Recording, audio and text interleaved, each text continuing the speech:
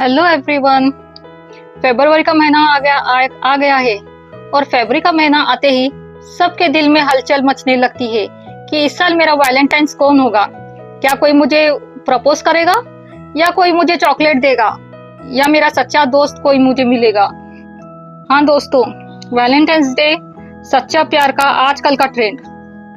Valentine day सबके लिए है। स्वागत है दोस्तों, आज वैलेंटाइंस डे है। पर एक बात क्लियर कर दूं, ये दिन सिर्फ बॉयफ्रेंड या गर्लफ्रेंड के लिए नहीं है। बिल्कुल सही, वैलेंटाइंस डे का मतलब है लव, और प्यार तो माँ बाप से भी होता है, भाई बहन से भी और दोस्तों से भी, और सबसे जरूरी बात खुद से। सबसे बड़ी बात, आज का दिन सिर्फ सेल्फ लव के लिए भी है। अगर आप खुद की इज्जत नहीं करते तो दुनिया से क्या उम्मीद रखोगे। आज से एक हैबिट डाल लो, जो बोलो वो करके दिखाओ। सिर्फ डायलॉग्स मारने से प्यार नहीं निपटा, एक्शन से निपटे हैं।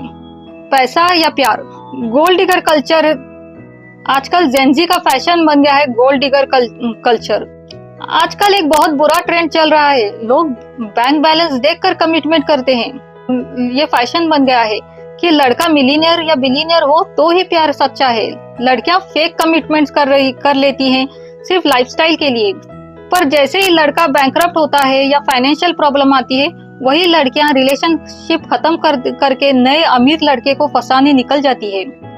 ये बहुत शर्मनाक बात है। इसकी वजह से प्यार जैसा प्योर इमोशन बदनाम हो रहा है। याद रखो, पैसा आता जाता रहेगा, पर जो बुरे वक्त में साथ छोड़ दे वो कभी आपका था ही नहीं। और प्यार बैंक बैलेंस अकाउंट देखकर नहीं, इंसान की नियत देखकर करो।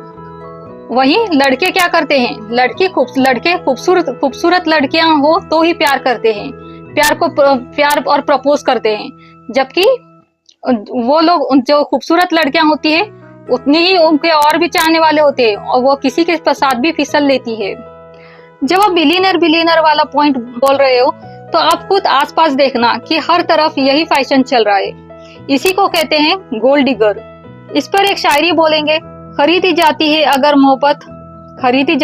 मोहब्बत तो हम भी अमीर होते। खरीदी जाती मोहब्बत अगर तो हम भी अमीर होते, पर ये तो रूह का सौदा है जहां बादशाह भी फकीर होते। पैसा तो हाथ का मैल है दोस्तों, आज है कल नहीं। पैसा तो हाथ का मैल है दोस्तों, आज है कल नहीं, पर जो बुरे वक्त में साथ खड़े वही असली हीर रांझा होते।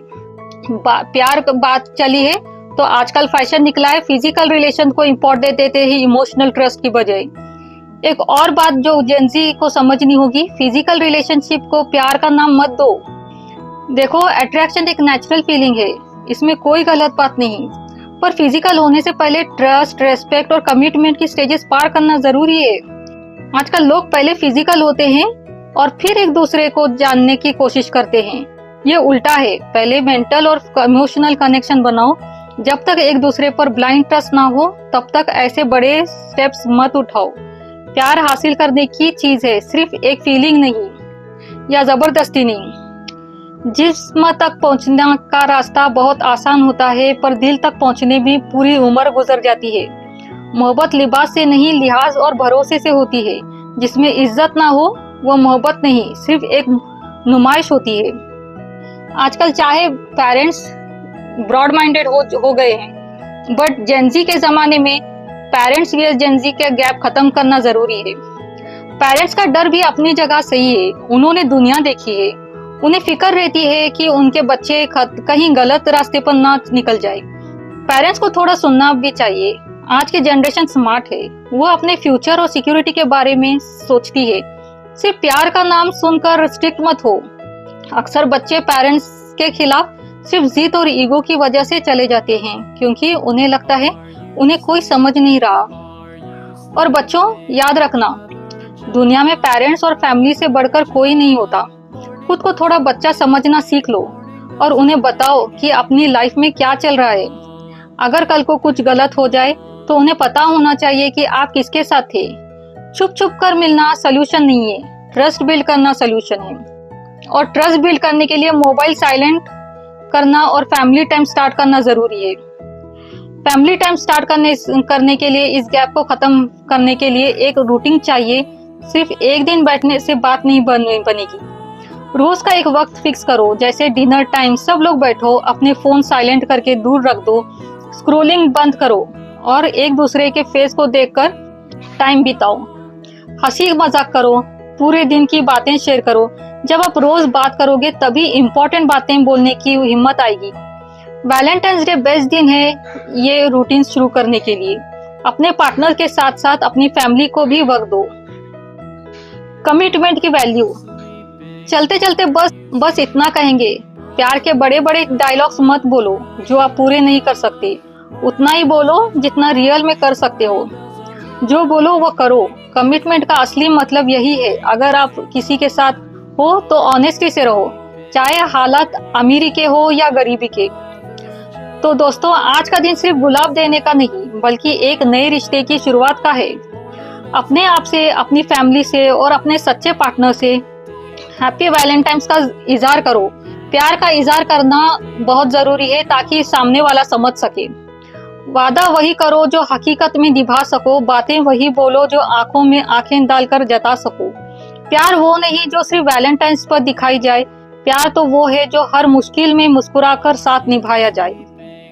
दोस्तों, क्या वैलेंटाइंस डे सिर्फ इंस्टाग्राम स्टोरीज, एक्सपेंसिव डिनर्स और 24 आवर्स के लव स्टेटस तक लिमिटेड है? आज हम हर तरफ सिर्फ इतना ही देख रहे हैं कि फैशन के लिए, स्टेटस और स्टोरीज डालने के लिए वैलेंटाइंस डे या झूठ मूठ के पार्टनर्स भी बना ले रहे कि जेंजी एरा में जहाँ सिचुएशनशिप और घोस्टिंग का ट्रेंड है, वहाँ एक असली रिलेशनशिप कैसे निभाते हैं? सिर्फ बायो में नेम डालना नहीं है। देखो यार, कमिटमेंट का मतलब ये नहीं कि आपने अपनी इंस्टाग्राम बायो में एक दूसरे का नाम लिख दिया। सही बात है, कमिटमेंट का असली मतलब है कंसिस्टेंसी। जब चीजें बोरिंग हो जाए तब भी साथ रहना। लो डेज, जब पार्टनर का मूड ऑफ हो या करियर में स्ट्रगल हो, तब उसका पिलर बनना। गाइस, कमिटमेंट तब होती है जब आप ऑप्शंस ढूंढना बंद कर देते हो। जेंजी के पास डेटिंग एप्स की वजह से ऑप्शंस बहुत है, पर लॉयल्टी एक चॉइस है, कोई कंपल्शन नहीं। आज इसके साथ तो कल उसके साथ। लॉन्ग लास्टिंग रिलेशनशिप कोई मैजिक नहीं है, इसके लिए हार्ड वर्क चाहिए। एक रिश्ता चाहिए जो आपको बांधे रखे। कम्युनिकेशन, तू समझता नहीं है यार, इस कहने से बेहतर है मुझे ऐसा फील हो रहा है बोलना ज्यादा अपनापन दिखाएगा। ये नहीं कि आप उसको जज करो, आप सामने वाले का सुनो। एक दूसरे को स्पेस दो, स्पेस देना जरूरी है। एक दूसरे का दम मत घोटो, उन्हें उनके दोस्तों के साथ और हॉबीज के लिए वक्त दो। आर्ग्यूमेंट्स, लड़ाई करो, झगड़ा करो, उससे प्यार बढ़ता है, पर लड़ाई जीतने के लिए नहीं, सॉल्व करने के लिए करो। और सबसे बड़ी बात, सोशल मीडिया वैलिडेशन बंद करो। आपका रिलेशनशिप दो लोगों के बीच है, 2000 फॉलोअर्स के बीच नहीं। आप सिर्फ दिखाने के लिए, मेरा हस्बैंड ऐसा है, मेरी गर्लफ्रेंड इतनी सुंदर है, दिखाने के लिए नहीं। आप अपनी बातें अपने दोनों तक भी लिमिटेड रखो। हर बात फ्रेंड्स को बतानी या पब्लिक को बतानी जरूरी नहीं होती। ऑनेस्टी मतलब सिर्फ ये नहीं कि आप चीट नहीं कर रहे। एग्जैक्टली, ऑनेस्टी इज अपने पास्ट के बारे में सच बोलना, अपने फाइनेंशियल सिचुएशन या स्ट्रेस शेयर करना। अगर किसी और की तरफ अट्रैक्शन हो जाए, जो कि नेचुरल है, तो अपने पार्टनर को बता देना या उससे दूर हो जाना, बजाय छुप छुप कर बात करना। ट्रस्ट ग्लास जैसा होता है, एक बार क्रैक आ जाए तो रिलेशनशिप रिपेयर के वीडियोस भी काम नहीं आते। Duties, equal partners, equal respect. Boy या गर्लफ्रेंड है तो उसकी अपनी बात मनाओ, ऐसे भी नहीं चाहिए। और लड़की है, लड़की नाराज हो जाएगी तो बॉय है हमेशा झुके, ऐसा भी नहीं करना चाहिए।